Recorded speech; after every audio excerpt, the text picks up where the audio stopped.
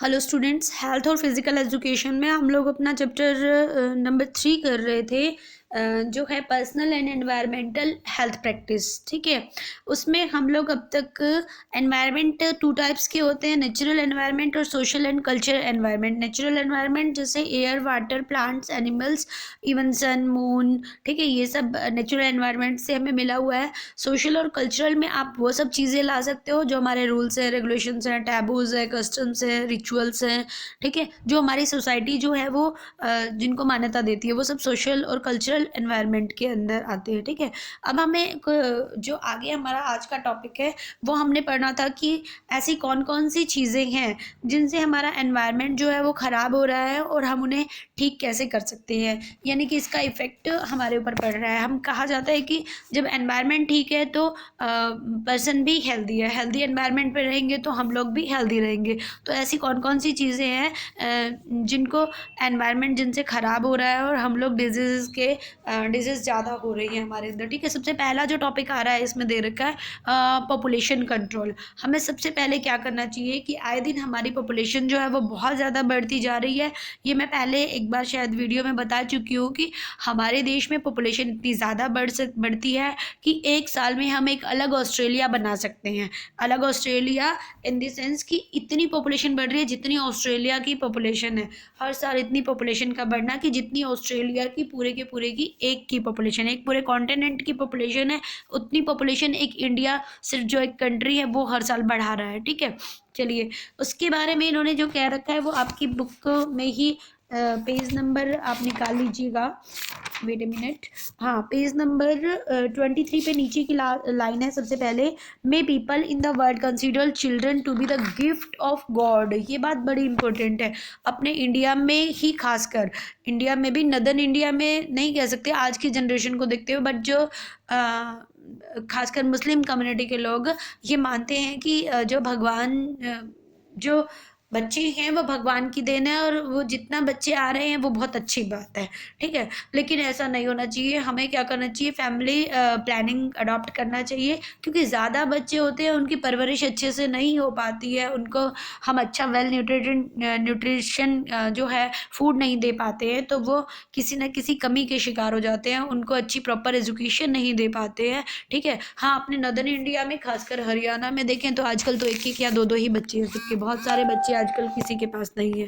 ठीक है, चलिए आगे कर रहे हैं। वो कह रहे हैं, दस the human population in India and the world has grow rapidly, this rapid increase. अब जब ये तो आपको भी पता है, जब पॉपुलेशन बढ़ेगी तो फूड ग्रेन की भी ज़रूरत पड़ेगी, और फूड ग्रेन की ज़रूरत पड़ेगी तो क्या होगा, खाना चाहिएगा, हाउसिंग चाहिए, फूड चाहिएगा, वाटर चाहिएगा, एनर्जी चाहिए, सब चीज़ें चाहिएंगी पॉपुलेशन के बढ़ने के बाद।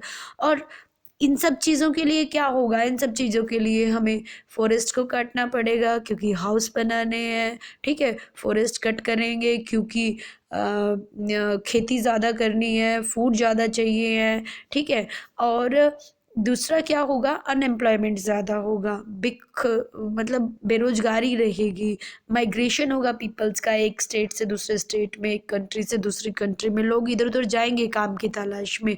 ठीक है, अर्बन रूरल एरिया से अर्बन एरिया में आएंगे काम की तलाश में कि शायद कुछ काम मिल जाए, और फिर जब उन्हें काम भी नहीं मिलता और रहने की व्यवस्था नहीं होती तो स्लम एरियाज़ में रहते हैं। स्लम एरियाज़ आपको पता है कितने डर्टी रहते हैं, वहाँ पे कोई फैसिलिटी नहीं होती, और इसीलिए खूब सारी बीमारियाँ हम कह सकते हैं कि इस तरह से फैलती हैं। और जो फैलती हैं बीमारियाँ, वो आप अब कोरोना काल में बहुत अच्छे से देख पा रहे हो कि किस तरह से डिजीज़ फैल रही हैं।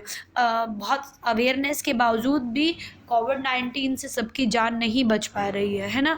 बहुत लोग मर भी चुके हैं, बहुत से बीमार हो चुके हैं, इन्फेक्टेड हो चुके हैं, लॉन्ग टर्म तक उसका इन्फेक्शन बॉडी में रहने वाला है।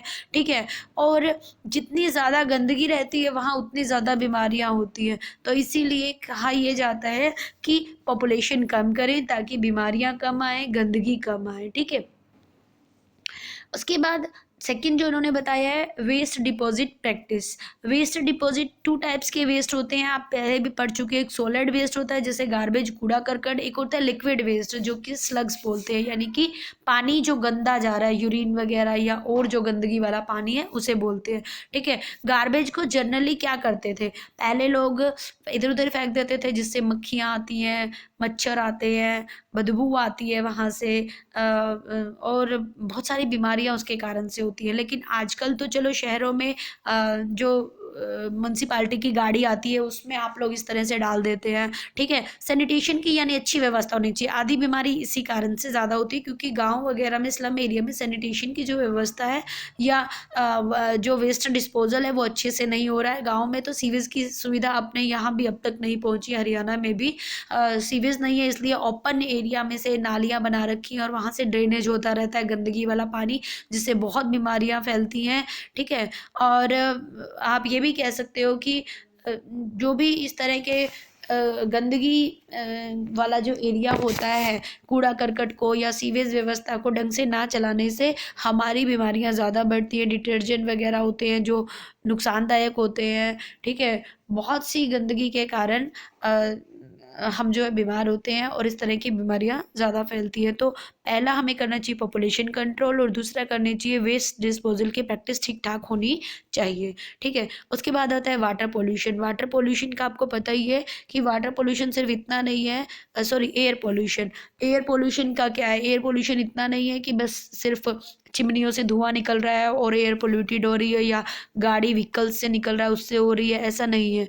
आज के टाइम में एयर पोल्यूशन का बहुत ज़्यादा और भी कारण है। जितनी इंडस्ट्रीज़ हैं वो इतना ज़्यादा जो है टॉक्सिल जो है वो एयर में छोड़ रही है, इतनी ज़्यादा गंदगी एयर में छोड़ रही है कि हमें दिवाली के आसपास तो आप देखेंगे कि सांस लेने के भी लिए भी नहीं मिलता है। दिल्ली के नियर अबाउट जो एनसीआर का एरिया है वहाँ तो पोल्यूशन लेवल इतना ज़्यादा होता है कि लोगों को क्रॉनिकल डिजीज़ हो जाती हैं, जैसे लंग्स का कैंसर है, अस्थमेटिक प्रॉब्लम है, रेस्पिरेटरी सिस्टम की प्रॉब्लम है। इस टाइप की सारी प्रॉब्लम्स एयर पोल्यूशन से हो रही हैं। सीएनजी गाड़ीज़ को ज़्यादा यूज़ करना चाहिए, व्हीकल्स को, जो पुराने व्हीकल्स हैं उनको उनकी जगह रिप्लेस करना चाहिए। ठीक है, और आप ये कह सकते हो कि जो काऊ डंग वगैरह से जो उपले बनते हैं उनको नहीं जलाना चाहिए, या इंडस्ट्री में जो चिमनीज़ लगी होती हैं उनमें फ़िल्टर लगवानी चाहिए जिससे कि हवा जो है वो प्योर होकर बाहर जाए।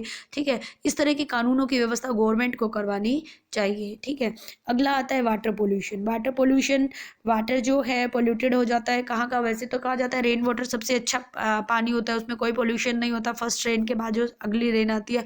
ठीक है, लेकिन हमारी लेक्स में, रिवर्स में, सीज में, ओशन में बहुत पॉल्यूटेड पानी आ रहा है। कारण क्या है, ठीक है, एक तो हाउस होल्ड वेस्ट जो है उसको ड्रेन कर देते हैं उसमें। ठीक है, केमिकल्स मिले होते हैं। ठीक है, सीवेज का पानी भी बिना साफ़ किए डाल दिया जाता है कई बारी, कई लेक्स में, रिवर्स में। ठीक है, जो किसान लोग फर्टिलाइज़र यूज़ करते हैं, पेस्टिसाइड्स यूज़ करते हैं, यानी एग्रीकल्चर के फील्ड में जो चीज़ें यूज़ होती है वो पानी बारिश के साथ मिलकर कई बार स्ट्रीम्स में, रिवर्स में चला जाता है ज़्यादा ओवरफ्लो होने के कारण। ठीक है, इससे भी वाटर पोल्यूशन हो रहा है। और क्या हो रहा है, और आप ये कह सकते हो कि वाटर पोल्यूशन होने से जो ओशियन में या एक्वेटिक एनिमल्स हैं उनकी लाइफ डिस्टर्ब हो रही है। थर्मल प्लांट से निकला हुआ सीधा का सीधा गर्म पानी जो है वो रिवर्स में डाल देते हैं, वाटर बॉडीज़ में डाल देते हैं, उससे पूरी उनकी एक्वेटिक लाइफ जो है, जो हमारे फिशेज़ हैं या जो भी पानी में रहने वाले जानवर हैं या पानी में रहने वाली फ्लोरा फन्ना है, उनको बहुत नुकसान होता है। ठीक है, अच्छा, और बीमारियां हम लोगों में भी बहुत होती हैं जब तक पानी साफ़ नहीं होता। Cholera, typhoid, dysentery, gastric problem, round worm, tape worm disease, स्पाइक की बहुत सारी प्रॉब्लम्स हमारे को होती हैं, वाटर बॉर्न डिजीज होती हैं जो। ठीक है, उसके बाद आता है नॉइज़ पोल्यूशन। नॉइज़ पोल्यूशन का आपको पता है, नॉइज़ पोल्यूशन एक ऐसी प्रॉब्लम है जिसका तुरंत असर नहीं दिखता बल्कि लॉन्ग टाइम बाद उसका हमें इफेक्ट दिखता है। ठीक है, radio, television, loud speakers, DJ, ठीक है, इन सब चीज़ों से, ट्रैफिक से बहुत ज़्यादा एक कॉमन सा फिनोमेना है जो हमें महसूस नहीं होता, लेकिन वो नॉइज़ पोल्यूशन होता है। मे बी मैं अब आपसे ऑडियो जो है संपर्क कर रही हूँ, और अगर आपको मेरी आवाज़ चुभ रही है तो मतलब वो भी नॉइज़ पोल्यूशन है। अगर आपको मेरी आवाज़ अच्छी नहीं लग रही है तो आपके जो ईयर है वो नॉइज़ पोल्यूशन बता रहे हैं कि ये नॉइज़ पोल्यूशन, इसको बंद कर दिया जाए। एरोप्लेन है, इंजन है, या कई मशीन जो चलती हैं किसी इंडस्ट्री में बहुत शोर होता है, वहाँ देखने को मिलता है कि वो जो एम्प्लॉयज़ हैं, जो वर्कर्स हैं, उनको अभी इस चीज़ का इफेक्ट नहीं मिलता, लेकिन कुछ टाइम बाद उसका परमानेंटली जो है वो डफ हो जाते हैं। डफ डफ मतलब इस तरह की बीमारियां परमानेंटली हो जाती हैं। ठीक है, तो हमें इससे बचने के लिए भी जो फैक्ट्रीज़ हैं उनमें इस टाइप की चीज़ें लगवानी चाहिए, या वर्कर्स को ईयरफोन वगैरह इस टाइप की चीज़ें देनी चाहिए। ठीक है, और ऐसी मटेरियल जैसे कारपेट वगैरह, कर्टन वगैरह लगाने चाहिए जो कि नॉइज़ को ऑब्जर्व कर ले नॉइज़ को।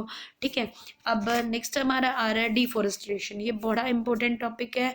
डिफॉरेस्टेशन किस लिए कि एनवायरनमेंट को ख़राब करने में सबसे ज़्यादा जो रोल है वो डिफॉरेस्टेशन का है। डिफॉरेस्टेशन मतलब cutting down the trees, a lot of trees are cuts. ठीक है, और उगाए नहीं जाते, उतने काट लिए जाते हैं, जिससे क्या होता है, बहुत सारे कारण होते हैं। एक तो ऑक्सीजन का लेवल कम हो जाता है। ठीक है, क्योंकि ट्रीज ही हैं जो ऑक्सीजन देते हैं। फिर आप ये कह सकते हो कि जो सॉयल को कंजर्व करके रखते थे, पकड़ कर रखते थे पेड़, जब वो कट गए तो वहाँ से सॉयल सॉफ्ट हो जाती है और वो पानी के साथ बह जाती है। ठीक है, उसके बाद एक और हो सकता है ये भी कि आपको पता है कि ट्रीज़ जो हैं वो बारिश लाने में हेल्प करती हैं, तो क्योंकि ट्रीज़ कम होते हैं तो उसकी वजह से रेनफॉल नहीं होता और वहाँ पे ड्रॉट आ जाता है। तो इस तरह से अर्थ का जो टेम्परेचर है वो बढ़ने लगता है। ठीक है, बहुत सारी प्रॉब्लम्स हो सकती हैं डिफॉरेस्टेशन से। तो हमें क्या करना चाहिए, ज़्यादा से ज़्यादा पेड़ पौधे लगाने चाहिए, अफॉरेस्टेशन करना चाहिए, यानी कि ज़्यादा से ज़्यादा पेड़ लगाएं, जिससे कि एनवायरनमेंट को साफ़ सुथरा रखा जा सके। ठीक है, और इसका नेक्स्ट है वाइल्ड लाइफ एक्सटेंशंस। इसमें है कि धीरे धीरे क्या हो रहा है कि वाइल्ड लाइफ जो है वो डिफॉरेस्टेशन के कारण, क्योंकि जंगल तो है नहीं, तो वाइल्ड लाइफ जो है वो एनिमल्स का शिकार कर लेते हैं, और वाइल्ड लाइफ धीरे धीरे जो है वो ख़त्म हो रही है, यानी कि जंगली जानवर धीरे धीरे ख़त्म हो रहे हैं, लुप्त हो रहे हैं। ठीक है, अभी कल परसों के न्यूज़ में ही मैंने सुना था, आया हुआ था कि एक शेर जो सिर्फ एक दिन के लिए उसे बुखार हुआ और उसकी डेथ हो गई। मे बी कि उसमें भी कोरोना के सिम्टम्स हो, उसका भी टेस्ट हुआ है। तो इस टाइप से अब एक एक दो दो आप ये कह सकते हो रेस के सिर्फ जानवर बचे हुए हैं, नहीं तो हमें देखने को भी नहीं मिलेंगे हमारे आगे आने वाली जनरेशन्स को। उसके बाद जो लास्ट इसमें बताया है, चेंज इन लाइफस्टाइल। अब क्या हो रहा है कि टेक्नोलॉजी और साइंस के कारण हम इतने आदी हो चुके हैं हर चीज़ के, इतनी लग्जरी के, इतनी सुख सुविधा के। हमें कार्स की ज़रूरत है, स्कूटर्स की ज़रूरत है, वाशिंग मशीन आई, लेकिन वाशिंग मशीन में भी अब ऑटोमेटिक वाशिंग मशीन है। ठीक है, हम कूलर में नहीं सोते, अब हमें एसी की ज़रूरत रहती है। तो हम सब इन लग्जरी चीज़ों के इतने आदी हो गए हैं कि हमारी बॉडी जो है अब वो किसी भी ऐसे टेम्परेचर में, हाई टेम्परेचर में या एक्सट्रीमली कोल्ड टेम्परेचर में सर्वाइव ही नहीं कर पाती है। तो कहने का मतलब ये है कि हमें नेचर के साथ मिलकर रहना चाहिए। आगे आने वाला जो जनरेशन है उसको नेचुरली ग्रो करना चाहिए, ताकि किसी भी तरह से वो जो भी नेचर में चेंज हो उसके साथ सर्वाइव कर सके, ना कि हमें आदी हो जाना चाहिए इन सब चीज़ों का। जो लग्जरी जो चीज़ें हमें नेचुरल नहीं बल्कि मैन मेड थिंग्स के थ्रू हमें मिली हैं। ठीक है, तो कहने का मतलब ये है कि हमें एजुकेशन देकर, एजुकेशन से लोगों को, बच्चों को, अपनी फ्यूचर जनरेशन को ये समझाना चाहिए कि हमें अपने एनवायरनमेंट के साथ छेड़छाड़ नहीं करनी है। हमें वाटर पोल्यूशन को कंट्रोल करना है, एयर पोल्यूशन को कंट्रोल करना है, वेस्ट डिस्पोजल को अच्छे से प्रैक्टिसाइड करना है, नॉइज़ पोल्यूशन नहीं करना है, डिफॉरेस्टेशन नहीं करना है, अफॉरेस्टेशन करना है, ज़्यादा से ज़्यादा पेड़ लगाने हैं। ठीक है, जो हमारा नेक्स्ट, तो ये टॉपिक हमारा एनवायरनमेंट से रिलेटेड ख़त्म हो गया है। जो हमारा नेक्स्ट टॉपिक आएगा वो होगा कल्चरल प्रैक्टिस एंड हेल्थ। ये हमने किया था एनवायरनमेंट प्रैक्टिस एंड हेल्थ, अब हम करेंगे आगे वाला cultural practice and health. Okay, till then thank you.